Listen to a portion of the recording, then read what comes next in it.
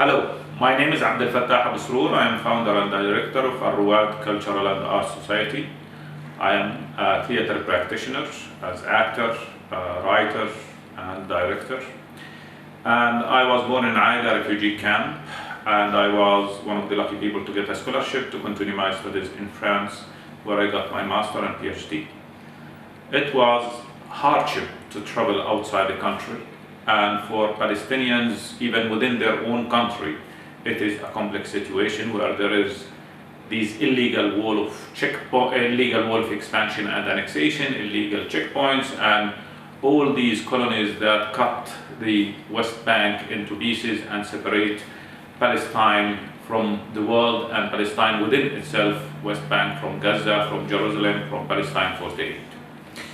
As an artist, I believe theatre is one of the most amazing, powerful, civilized, truthful, and non-politically correct to express yourself, tell your story, your version of your history, and hopefully build the peace within to be able to build it around and think living rather than dying. For Palestinian artists and theatre practitioners, whether they are actor or director, theatre troops, or individual persons, it is a complete hardship and challenging situation to move within Palestine as well as outside. Everything that needs to move out of Palestine or comes in Palestine needs Israeli permission. And without that, you cannot leave or come in, whether you are Palestinian or foreigner. Within Palestine, there is these illegal checkpoints that separate Palestinian cities, refugee camps, villages from each other. So for a Palestinian theatre to organize a theatre tour going from one Palestinian theatre to the other, or going to Gaza or to Jerusalem, this is a complete challenge, and sometimes it's easier for a Palestinian who lives in Bethlehem to reach New York rather than to reach Jerusalem or to reach Gaza. Almost no access anymore to Gaza, extremely difficult to go to Jerusalem, and within Palestinian cities within the West Bank, it is a hardship to pass checkpoints, and if you have your set for the play, then again there is needs for special permits. To produce theatre plays and create theatre plays, sometimes also what is the subject of this play is a challenge.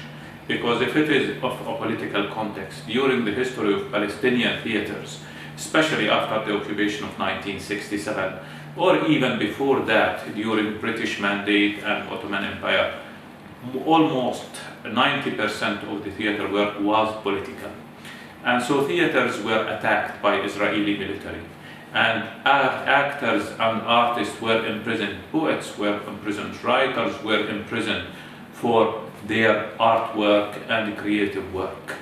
And so it was challenging to mask also the text in a comic presentation to pass the political message, so that it passes the control that sometimes did not see these ambiguities within the language to pass these things.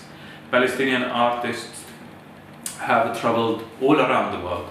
They have won prizes, and it's not because there is a huge funding for that. A lot of funding is oriented to dictate Palestinians what to create sometimes, and if they want to be independent in creation what they really want, a lot of times it's without any funding. So the challenges are not only from Israeli occupation, who dictates who can even fall in love with whoever we want, and who can circulate wherever we want with these Israeli military checkpoints or permits from the Israeli military occupation, but also sometimes there are these dictations from the international funders who come really to dictate us what we should do based on the funding, rather than help us or discuss with us to do what we really need to do. So the competition is enormous on that level, and a lot of times great plays are produced, but they are a project only, and they end in the garbage at the end of the 3 weeks rehearsals and 10 performances, and then that's it, and we move on to another project.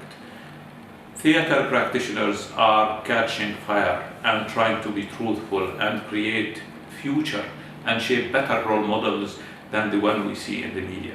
We lost faith in politics and all these international promises.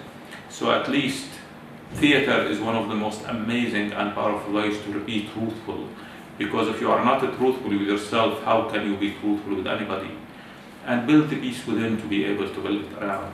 This is the message that we carry on. It's something that I call beautiful resistance, because I believe every resistance against injustice, oppression, occupation is a beautiful act of humanity. And again, if you are not truthful with yourself, how can you be truthful with anybody? And if you are not in peace with yourself, how can you make peace with anybody? Theater practitioners are real fighters to keep their humanity and their dignity and show this other image of Palestine that is not usually shown in the media. They are not only struggling against this degradation and dehumanization and erasing our culture and identity by the Israeli occupation army, they are also fighting against dictations from international donors who want to deviate us from our priorities and needs. I believe theater and arts are pure humanity, because when you see a theater play or a painting exhibition or whatever artistic form, you will not say, I will not like it because it's from this country or that country. This is a pure humanity. All the stereotypes disappear, and we are on equal ground to build these bridges among us as human beings. And this is another greater challenge.